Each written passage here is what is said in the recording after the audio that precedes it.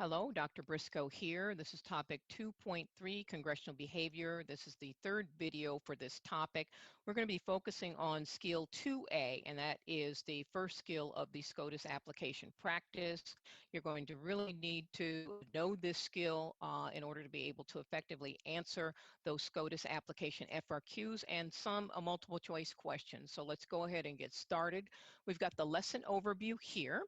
And we've got the topic overview here. We'll be describing facts, reasoning, decision, and majority opinions in the required Supreme Court cases, Baker v. Carr and Shaw v. Reno. All right, so we have just one task verb here of describe, and what will we learn? We just got it laid out here. I've shown you this for another one of the disciplinary practices. So I just like laying it out here where you can kind of see where we are at the beginning here of the SCOTUS application practice. And we are repeating again that it is the first one and it's one of 5 practices. And there will be multiple choice questions and FRQs that you will find that are related to this particular practice. We've got it laid out here and then broken out the subtasks for the bigger skill. Describe specific events that led to a Supreme Court case, describe the ruling of the court, describe the reasoning used by the majority that led to the holding or ruling in that particular case. You remember we had this graphic organizer that there's all kinds of them out there that are very similar where you're going to write down the information. It's going to help you remember the story. Remember, the story is more memorable about what happened and how it got to the court and what it was that the court ruled and why it is that they ruled that particular way. So you can find information to complete the graphic organizer on oia.org or SCOTUS blog. Okay, so we've got SCOTUS task verbs here and some examples, that were given there.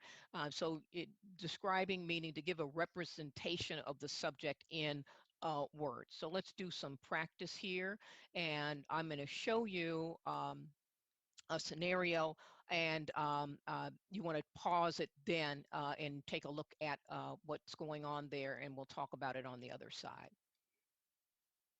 So this is the Shaw v. Reno case, 1993, and so I'll just take a few minutes to read the case, and then I'll come back.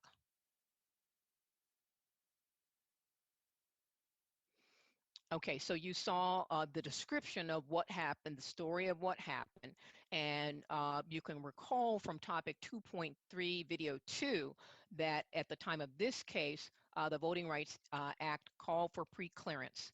And the idea was to, tend to the historical discrimination against Black Americans, and the Department of Justice was involved and need to approve essentially any redrawing of the districts. And so that is where they were at that time. We get this case here, and I'm going to show you a map because it is described as bizarre in the case. And you can see 12 there. It's a little bit hard to see, but it's that darker black part that starts kind of in the middle and then goes over to the left very close to 9 and very, very skinny, and it looks like a river, a snake, something or other. It is definitely having that odd shape that you want to try to avoid, but again, there may be geographic things that you can't control and may cause there to be some sort of irregularity in terms of shape. But in this particular case, the case was made by white voters in the District 12 that their rights have been violated under the Equal Protection Clause, and that the creation of these majority-minority districts was then in effect being discriminatory against them. So what the court found was, okay, the districts look like they're race neutral, but the shape of them is, very questionable, and there could have been something else to do that was less intrusive in terms of redistricting. So they said that the Voting Rights Act cannot be used to increase proportional representation, and pretty much that's going to be the end there of that pre-clearance requirement. All right, so what should we take away? I've just kind of given you a summary here in terms of what the Department of Justice did and rejected the proposal, asked for a second majority district, and then they accepted that proposal, but then we had the suit by the white voters saying that it was discriminatory.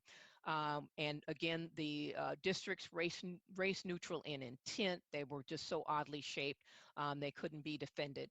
And so the court used what's called strict scrutiny. We'll get into that later on to, as a standard for governmental actions. They struck down that map and it had to be redrawn. And so the creation of majority minority districts is essentially unconstitutional, and Voting Rights Act cannot be used to increase proportional representation. Remember the SCOTUS FRQ snapshot. You've got a few of these filled out already of those earlier cases, and here we are on the second page where you can put in the information for both Baker v. Carr and Shaw v. Reno. All right, so we're back where we started with the SCOTUS application skill, and that is the end here of this video, and I will see you next time. Thank you.